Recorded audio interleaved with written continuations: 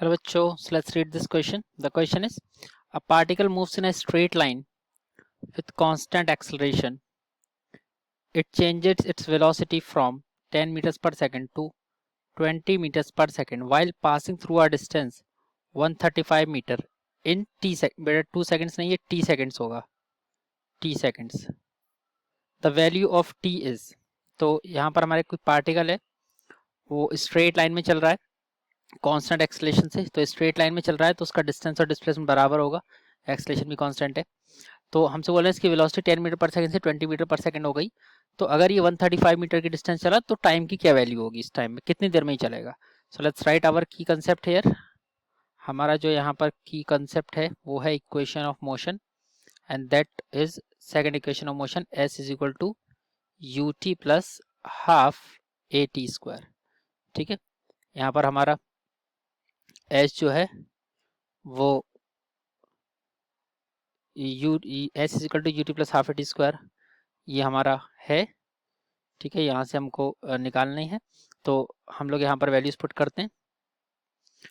तो we will be getting, यहाँ पर हमारा जो वैल्यूज दे रखी हैं, ए आपका एक्सेलेरेशन है, you initial velocity, A acceleration, T time और एस डिस्प्लेसमेंट या फिर डिस्टेंस की बात करें.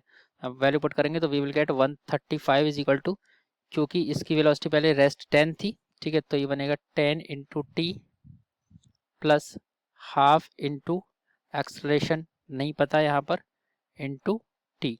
ठीक है, ये हमारा बन जाएगा 10t plus half into a into t, यानी कि हमारी जो फर्स्ट इक्वेशन आएगी that will come out to be the 135 is equal to 10t plus a by two into t plus a by two into t. ये हमारी पहली equation हो गई. दूसरी इक्वेशन हम लोग लगा सकते हैं v is equal to u plus a t. ठीक है, इसको भी हम लोग की कंसेप्ट में लिख सकते हैं अगर यहाँ पे लिखना चाहें, क्योंकि हमारी इक्वेशन ऑफ मोशन ही है.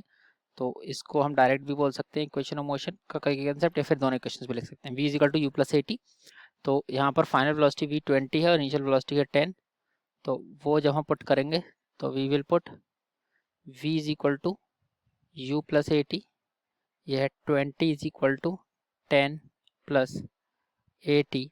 दैट इम्प्लाइज आपकी ए टी की जो वैल्यू आ रही है वो आ रही है 20 माइनस 10 यानी कि 10. ये इक्वेशन 2. हम लोग इक्वेशन 2 में से एक ए टी की वैल्यू इक्वेशन फर्स्ट में पुट करेंगे तो we will get 135 is equal to 10t plus a t की वैल्यू है 10 यानी कि 10 अपॉन 2 यानी कि ये बन जाएगा 5. तो 130 इज इक्वल टू 10t यानी कि टाइम कितना आया, टाइम आया सब कुछ सॉल्व करके 13 सेकेंड्स.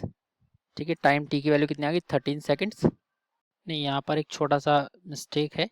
वो छोटा सा मिस्टेक ये है कि यहाँ पर जो टाइम था इन दिस इक्वेशन, यहाँ पर जो टाइम था, तो हमारी इक्वेशन जो हम लोगों ने लिखी थी s is equal to u t plus half a t square लिखी थी. तो यहाँ पर टी स्क्वायर रहेगा, तो ऐसे यहाँ पर भी टी स्क्वायर रहने वाला है, टी स्क्वायर रहने वाला है.